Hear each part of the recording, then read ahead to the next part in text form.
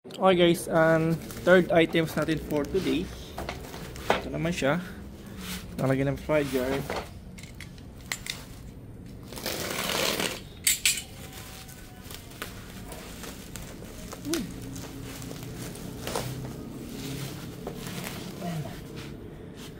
Double pole telescopic clothes rack.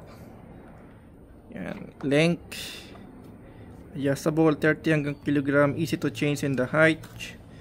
Useful item LTEM. Stainless steel clad pipe engineering plastic unwrap, made in China syempre guys.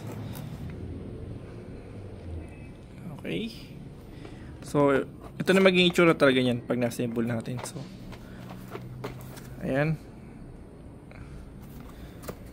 and double pole telescopic close rack. Okay, so ayan, kung paano siya i-assemble, no? Check natin yun.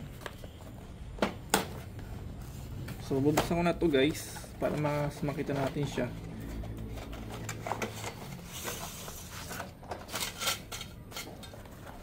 Actually hindi siya stainless, no? Kasi kung stainless to medyo mas pricey to, kaya lang ano lang siya, chrome type lang, parang galvanized. Oh, may gas-gas na siya. Ayan siya, may gulong na rin siya kasama, no, kung parang gusto nyo. Ayan. So ito yung pinaka pipe nya, which is okay, very interesting, no? Ayan nga, hindi siya guys stainless. Ayan, may kalawang na halos tanggal na, no? So ito natin siyang i-assemble. Actually magkakamukha siya ng sukat yata, no? Pero may mas malaki dito. So, wala na, yun lang naman. So try po natin siyang i-assemble. So yun guys, kulang siya, no? So dalawa nito, ito dalawa. Tapos dalawang ganito siguro, ito yun. Tapos dapat ano to, ika-apat. Ayun, tapos ito dalawa lang ang binigay. Yan, no, dalawa lang ito, no. Yeah, yung pa okay naman, kaso ito dalawa lang din to. Ito lang yun.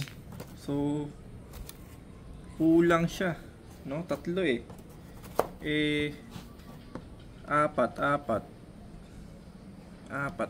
apat, dalawang hati siya, wala din tong isa, connector niya sa gitna, yun, tapos yung apat to. So yun, kulang. Kulang siya guys.